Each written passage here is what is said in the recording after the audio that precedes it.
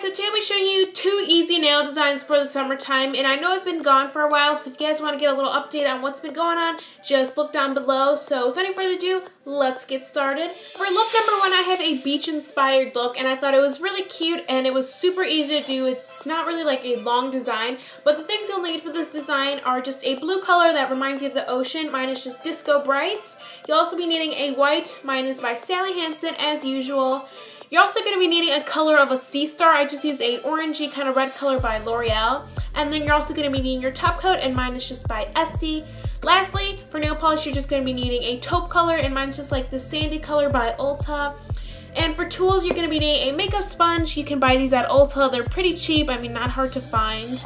And then you're also going to be using tweezers.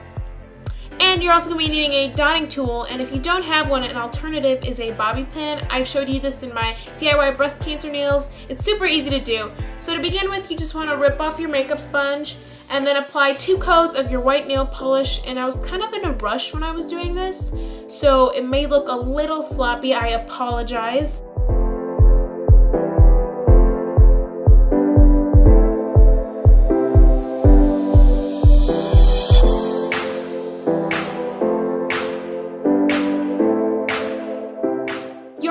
Is to grab a notepad or wherever you wanted to add some nail polish, and you're just going to add your blue nail polish.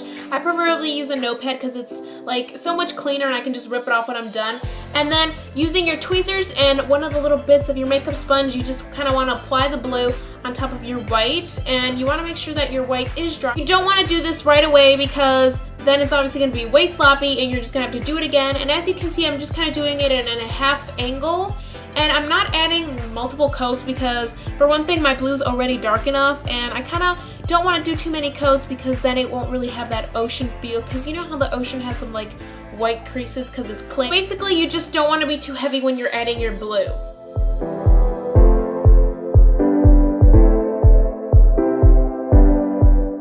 And so I'm just applying this to all my nails, as you can see.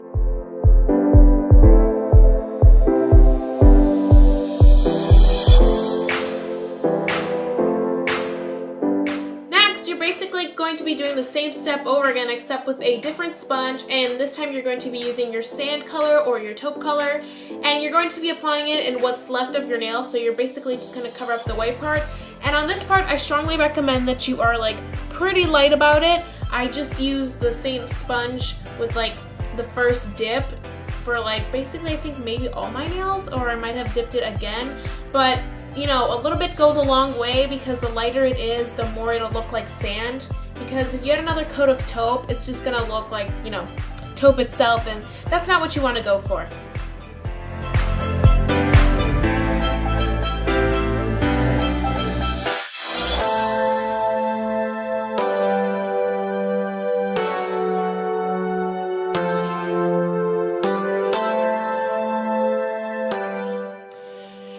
Once you've done this step, you're done with like the nail polish part. Now it's time to add the details and decorations, and I know it's pretty messy, but we can always get rid of it with a cotton swab and some nail polish remover.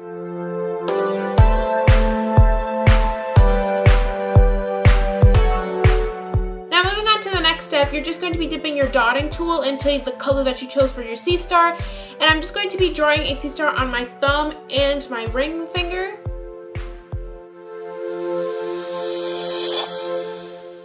Super simple to draw a sea star. Basically what I'm doing is starting from the center and then just kind of pulling out the line to give it that sea star look, and I'm just doing this 5 times for the 5 points of a sea star.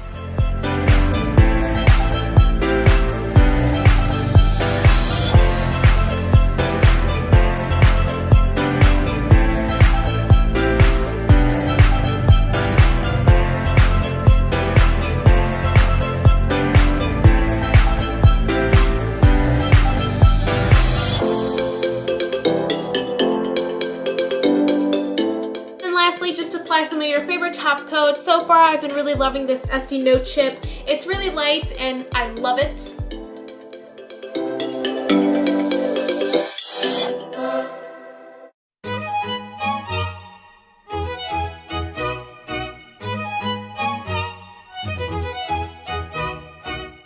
Finally, moving on to the cleanup process, I just dipped in some of my cotton swabs into some nail polish remover, and as you can see, I'm just cleaning up all that extra nail polish that made our nails look not so clean.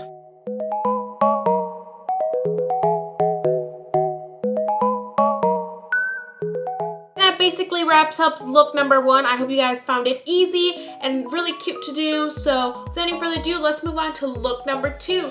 Look number 2 is basically just like more of the neon brighter colors, and I thought it was really cute because these flip-flops were super easy to do.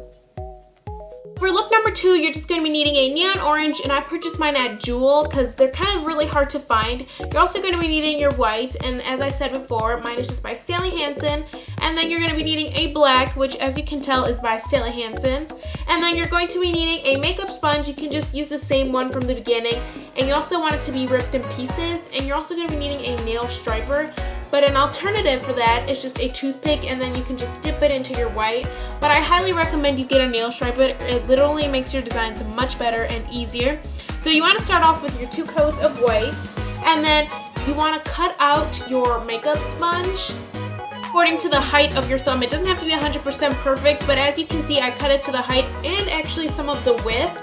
So that way when you ombre it, all the colors will capture onto your thumb. The 2 colors that I'm selecting for my ombre are just a hot pink and a neon orange, and I forgot to mention about the hot pink, but I guess it's really kind of optional what kind of colors you want to ombre, but I just chose 2 bright colors because summer is really all about the bright neon, so I thought these 2 would look cute together. And I'm just gonna go ahead and just applicate this to all my fingers, and I did about 2 to 3 coats. You can really just base it off how you think it looks best. I mean, ombre is really just something out of your own opinion.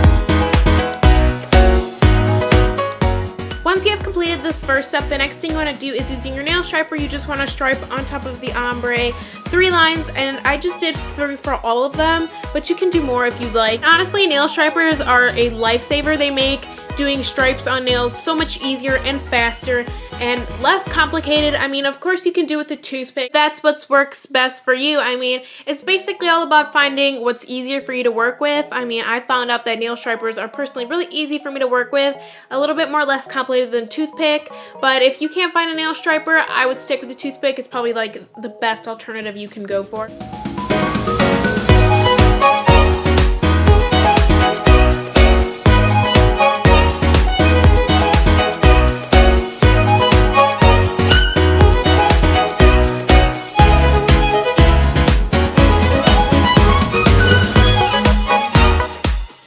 Done striping, the next thing you want to do is just pour out some black nail polish onto a sticky note, and then using your dotting tool or your bobby pin, you just want to use the bigger end, and then you want to make a dot on your thumb and your ring finger, and you want to put the dot down, and then you just kind of want to stretch it. I know this may sound a little confusing, but it's a lot easier as you watch it. So I'm basically just drawing one big dot, and then I'm just kind of going down to give it a sandaled look. And like I said, you want to do this on your thumb and your ring finger, or basically any fingers that you want to choose for your accent nails. And then you just want to pour out some nail polish alongside of your black. And for this, you can use any of the following. You can use a nail pen or nail brush, a nail striper, or a toothpick, basically anything you can use to draw. And you're just going to be drawing an upside down V, or in this case the straps of your flip-flop. I mean, I kind of choose within the 3. I used a nail striper and this nail pen, but that's because I thought the nail like brush would work better. But as you can see, it's kind of making the lines a little bit too thick, but I'm probably gonna go over the black, kind of thin it out, which is something you can also do if your lines don't turn out the way you want them to. Instead of just erasing the whole nail or the flip-flop, you can just go over it with your black and just kind of thin it out or make it the way you'd like it to. Basically, I'm just repeating the whole flip-flop step on my ring finger, as you can see. This time I'm using my nail striper instead of the nail brush, which was kind of a fail, to be honest.